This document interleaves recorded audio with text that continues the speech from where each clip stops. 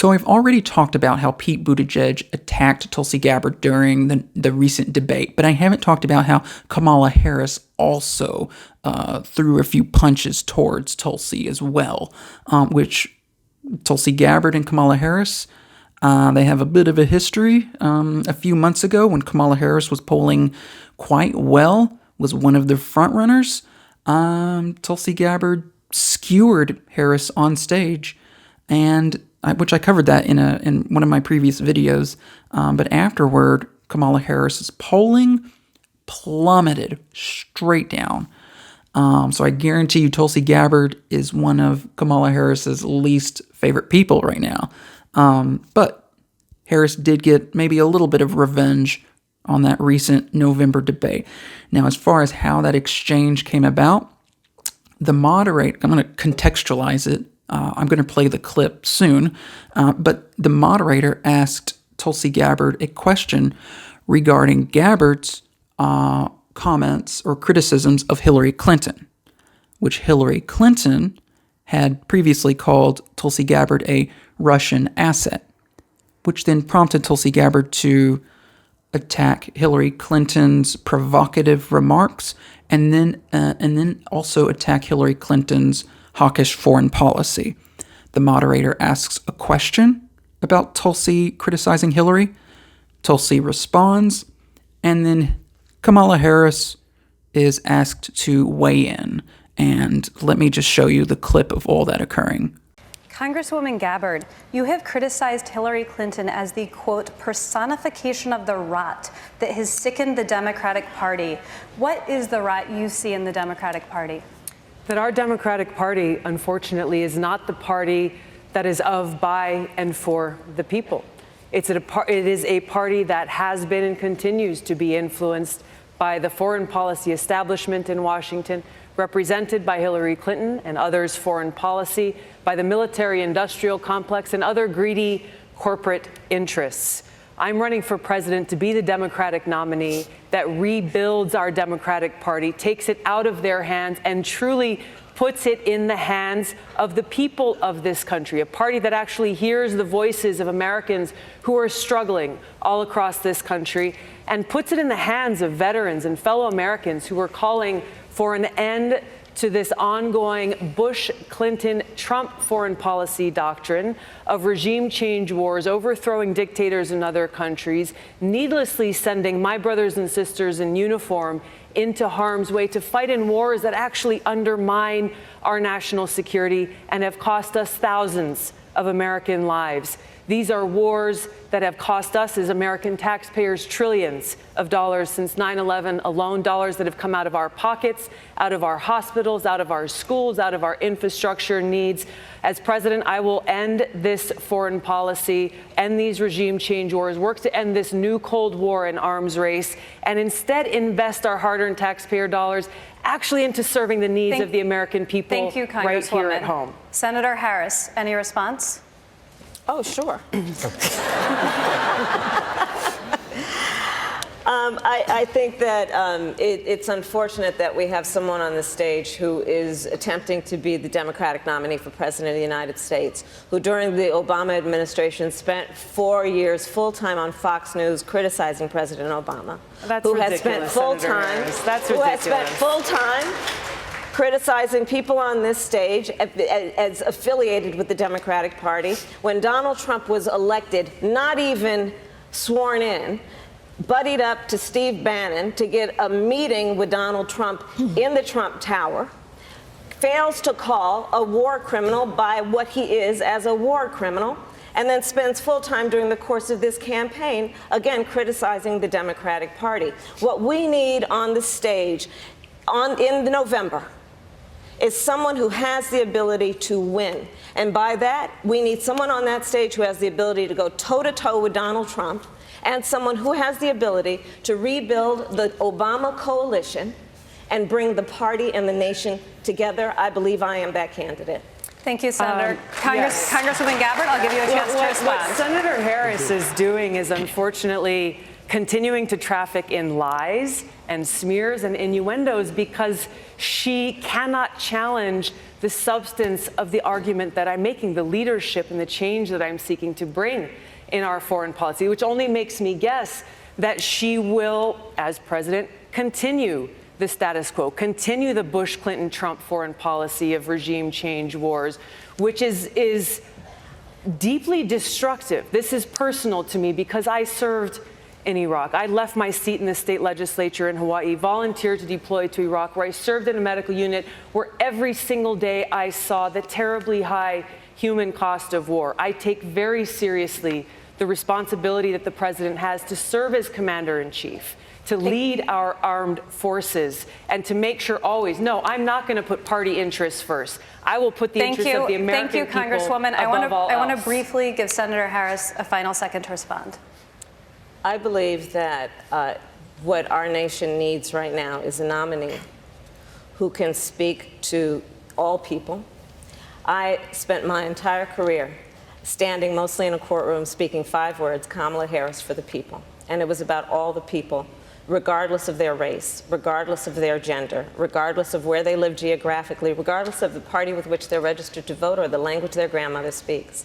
We need someone on this debate stage in November who has the ability to unify the country and to win the election. And I believe, again, I am that candidate. Thank you, Senator. Thank you. Okay, so in that clip, you saw a number of points that Kamala Harris said, or a number of descriptors of Tulsi Gabbard that Harris considered unfortunate to have in a candidate for the presidency.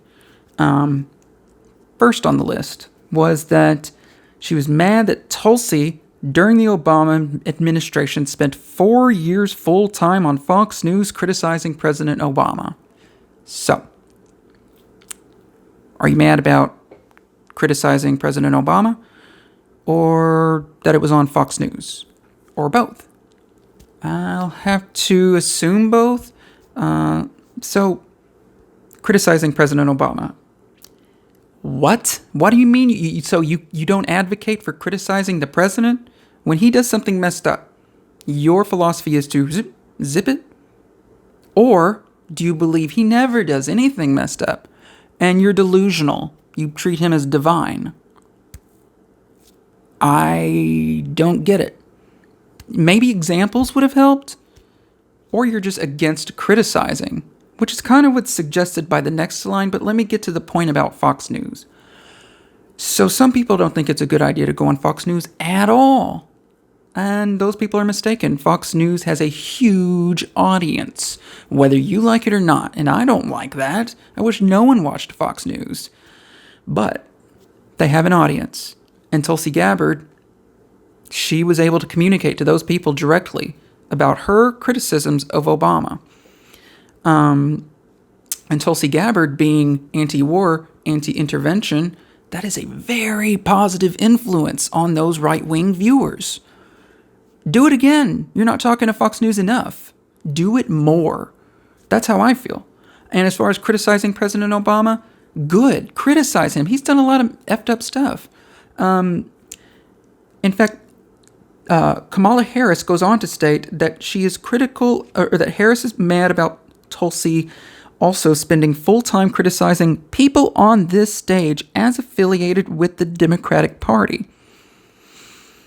So that's also a bit strange because it's a Democratic primary. Democratic Party is what she said. Criticizing people on this stage as affiliated with the Democratic Party. And that makes no sense because you want to criticize your fellow Democrat, right?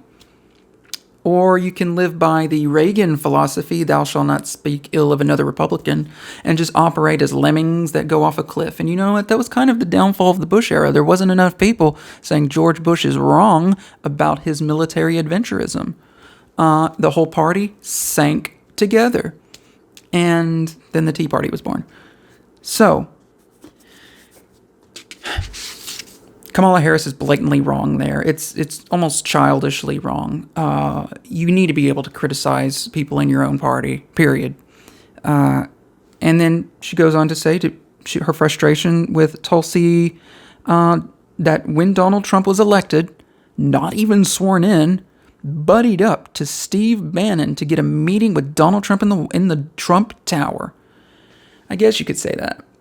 But I think it's strange. I think it's strange how how Kamala Harris phrases it that way. She says, not even sworn in.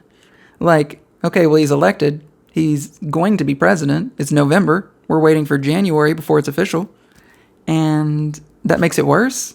That makes it worse? Yeah, that you're building these connections with people in the Trump administration, which, by the way, there is zero shame in. There is zero shame in trying to reach out across the aisle, even if the opposition is disgusting, even if they are disgusting like Steve Bannon, because it's not disgusting to work together to make bipartisan legislation if that legislation helps people.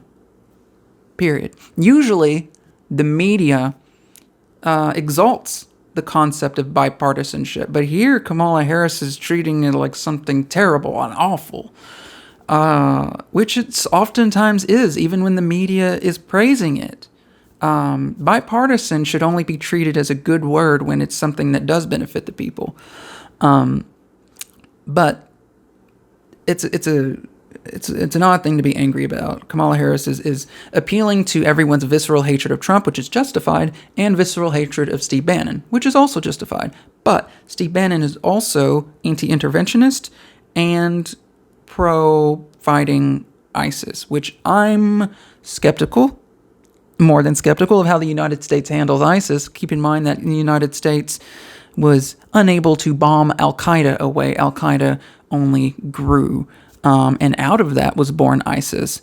So as far as combating ISIS, I don't know how Tulsi Gabbard will handle ISIS, but at the same time, I am an advocate of Bannon and Gabbard working together on issues related to anti-intervention. So what? It's Steve Bannon. I know he's awful, but so another criticism of Harris is that Tulsi fails to call a war criminal by what he is, as a war criminal, which I sort of touched on this in the other video in regards to Buttigieg's attacks on Tulsi Gabbard.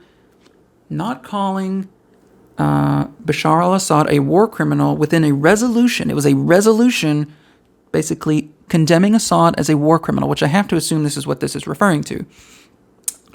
Tulsi Gabbard's rationale was that this resolution against this dictator was part of what was leading up to an escalation towards overthrowing Assad, which is how it has been or played out in the past.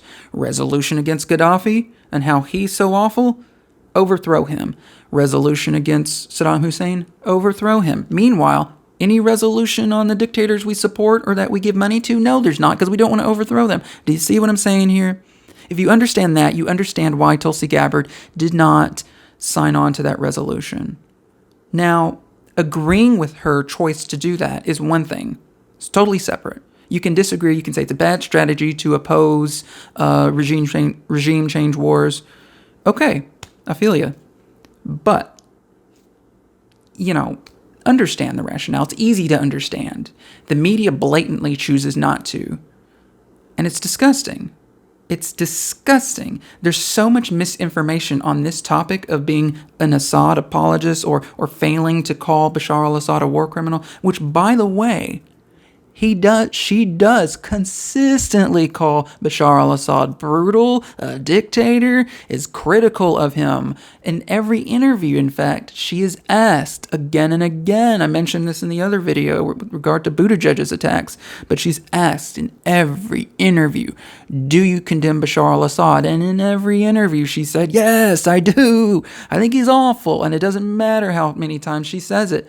At the end of the day, you have schmucks like Kamala Harris and Pete Buttigieg insinuating that Gabbard is not critical of Bashar al-Assad, that she's an Assad apologist, as Buttigieg said, or as Kamala Harris said, fails to call him a war criminal. Now, you can be critical of that resolution, and that's cool. You can criticize her about that on stage, and you can make her defend that. Great, which she has already explained, or Tulsi Gabbard has already explained why she voted against the resolution, as I already mentioned.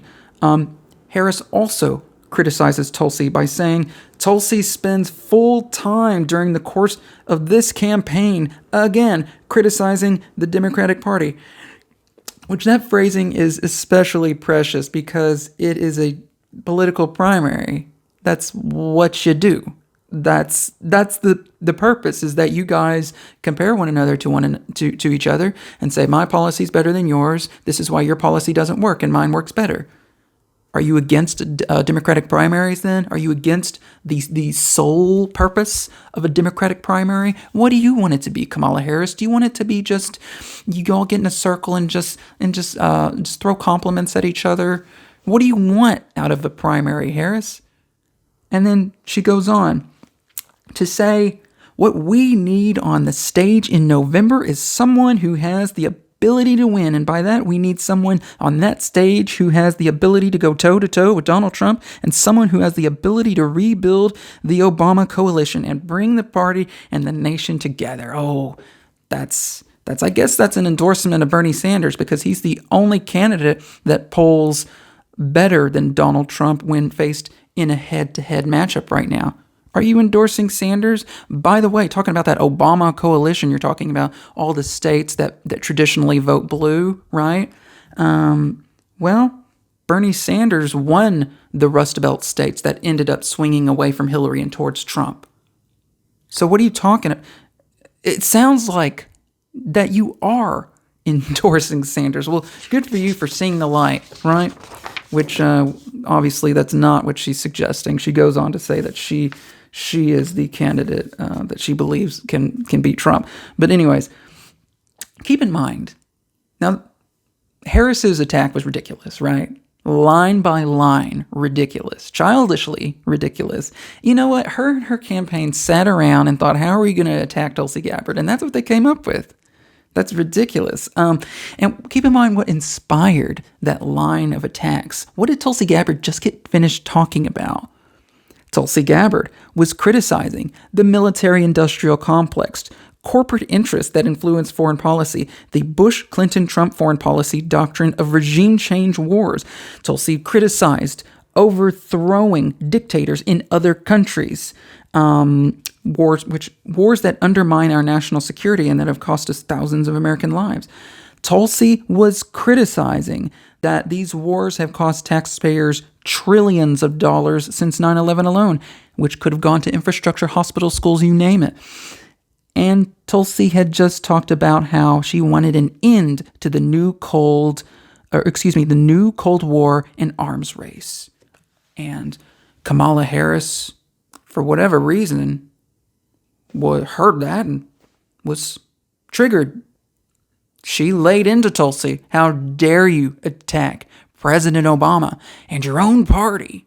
Well, that exchange alone, I would hope, would give Kamala Harris supporters pause, because Tulsi Gabbard calls out the corruption, the excessive spending, the ridiculousness, the profiteering of producing war all over the world. Harris ain't going to change a damn thing.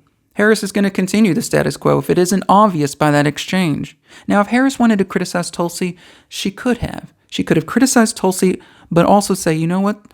I agree with you, Tulsi.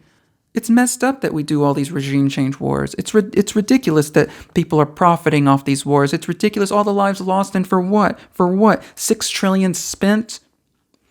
500,000 dead total? For what? But Harris didn't say anything like that. Just tore into Tulsi. Well, I know which candidate I prefer. Hey guys, I hope you liked this video. Make sure, if you did, to click like down below and subscribe to this channel. And remember to click the bell. That way you'll get a notification whenever a new video is uploaded. Share this video with whoever you feel might find it valuable. And just remember, the more likes this video gets, the more views, and the more subscriptions, the more this channel can thrive and grow. Thank you.